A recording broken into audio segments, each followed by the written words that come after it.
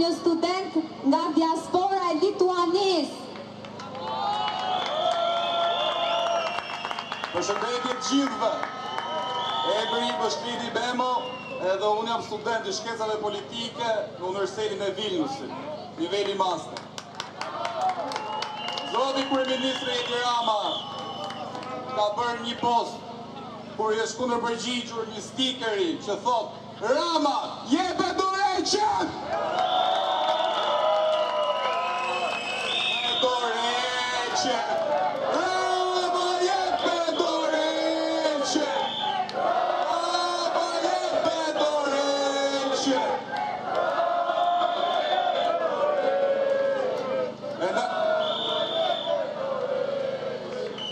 E në atë postim, a i ka radhitur pseudo arritjet e qeverisë të tij.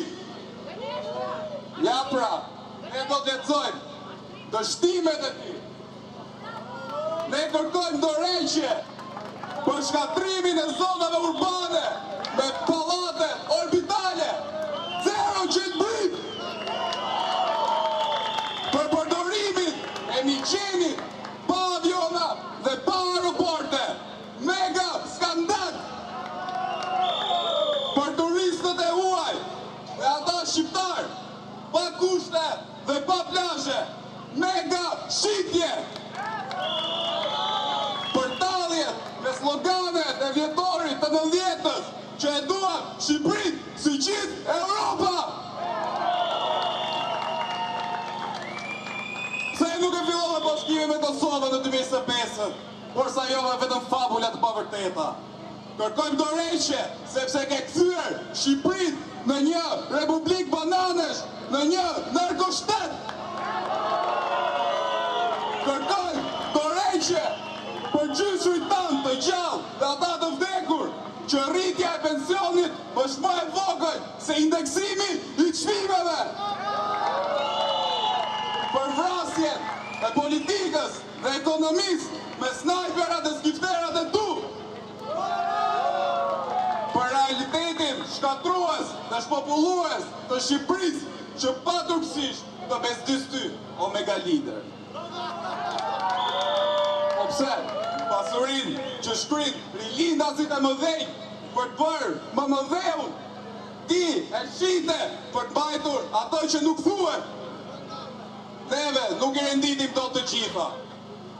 Arsye pse ti duhet japësh dorëheqjen, sepse është nga lindja deri në perëndim. Ai shumë arsye janë. Ne na je bërë gazi i gjithë botës. Iko dinci, mos e nximo historinë tënde të errët. Rama, jepe dorëheqjen!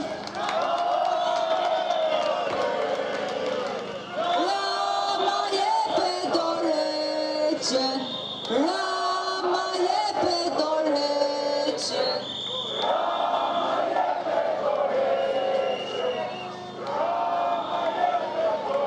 Përshëndetje të gjithëve, unë nuk e mbaj vetëm për intelektual, po jam në pjesën ku jam në simdhënës.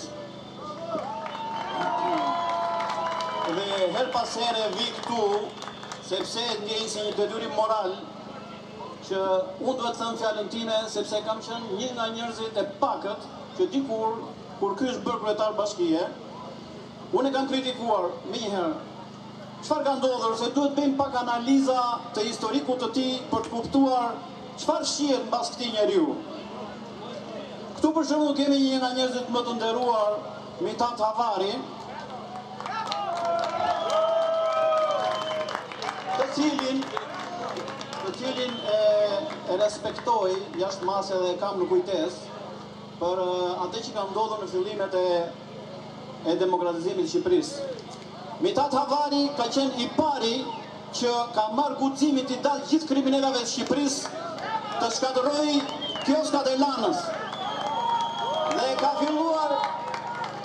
filluar ky burr, ka marrë përsipër gati me jetën e vet, se ne kemi qenë këtu, unë kam qenë këtu dëshmitar, me jetën e vet dhe me detyrimin moral si ushtarak edhe si njeri punonjës si asaj situate, të marrë një nga katastrofat përpara dhe të vërë gjithë guximin e vet. Ky njeri filloi me gjithë me skrepa, me ta shkatëronte Elanën. Ndërkohë, ja morën këtë lavdi.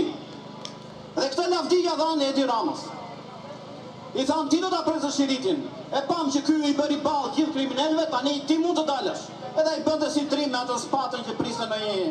Edhe mori lavdin e Mitatavarit. Edhe gjithë njerëzve të tjerë që ishin kundra kësaj gjë. Çfarë filloi ky njeri të bënte?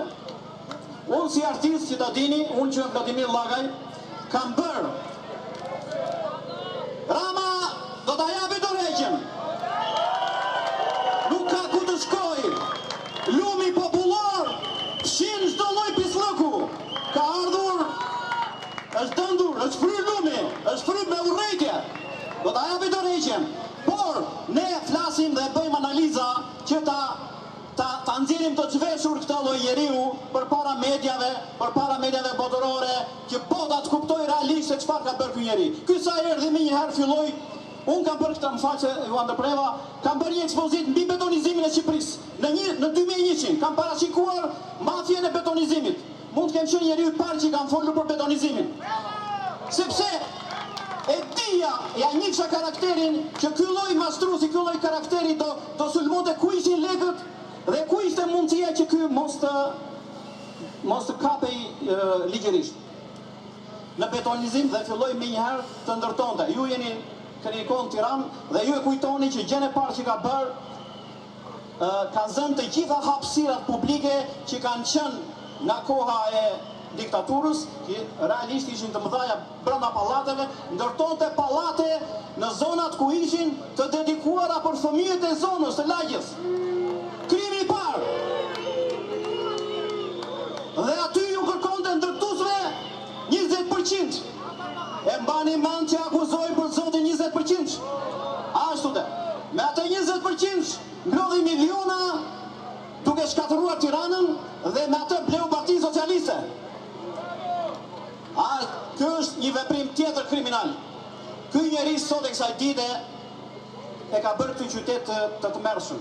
Që në 2000 unë i kam thënë, shiko, ka një frazë në historinë e artit që thot: asnjë krizë e një populli, qoftë ajo ushtarake, ushqimore, arsimtare, kulturore, nuk mund të krahasohet me krizën e urbanistikës.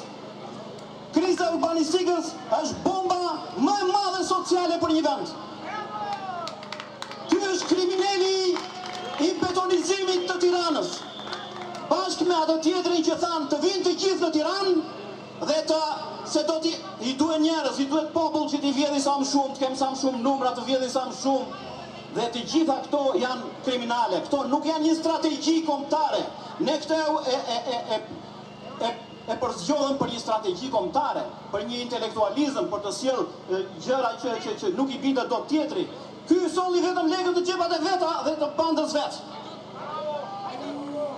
Kjo është një nga parimet. Sot fëmijët tanë nuk kanë kulozin më. Janë si për në për ato laboratoret që nuk kemi ku dhe. Ju ka marrë fëmijëve, na ka marrë qetësinë neve të gjithëve dhe na rrjep nga mëngjesi deri në darkë me forma nga të gjitha të mundshmet. Që nga policia e bashkiake, që secilit nga ne i merr 1/3 e lekëve gati të. Ç'është kjo formë? Kjo është një formë hajdutërie, një formë që është kastile, është përcjellur. Kështu që unë këtë njeri e kam kritikuar të rrjetën, për këtë arsye kam marrë inat. Unë e dija që ky do viste dhe gjithë në përgjithësi vjedhin kur sistemet janë akoma të pa stabilizuara. Mirë po, që vetëm të viste, këtë se prisja. Kështu që këtij njeriu duhet i vijë një moment që ky duhet të arsyetoj. Nuk duhet të, po të kishte mend në kokë, mbas gjithë kësaj që ka ndodhur, ky duhet thoshte unë vi dhe jap dorëheqjen. Kështu që rroft populli shqiptar, vazhdoni, mos ju ndani se keni për ta rrëzuar. Dorëheqje! Dorëheqje! Dorëheqje! Fjalën e ka zoti Mitat Havari.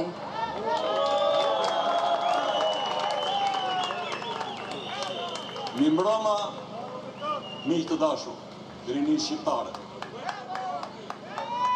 Po ju sqarojnë qik për të ishte gjë bukur me artistin, kam vite pa parë, se kuptohet që ne shqiptarë dhe gjema atë, si thonë, bishti.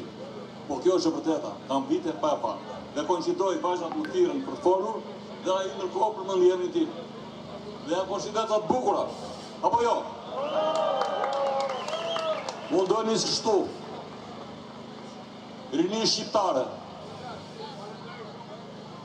ko më parë, ditë më parë, një person tha për ju që u vjenë era parfum. Nuk një qëndroj mirë, si tonë tjarës. Juve ju vjenë erë Shqipërije! Juve ju vjenë erë lirije!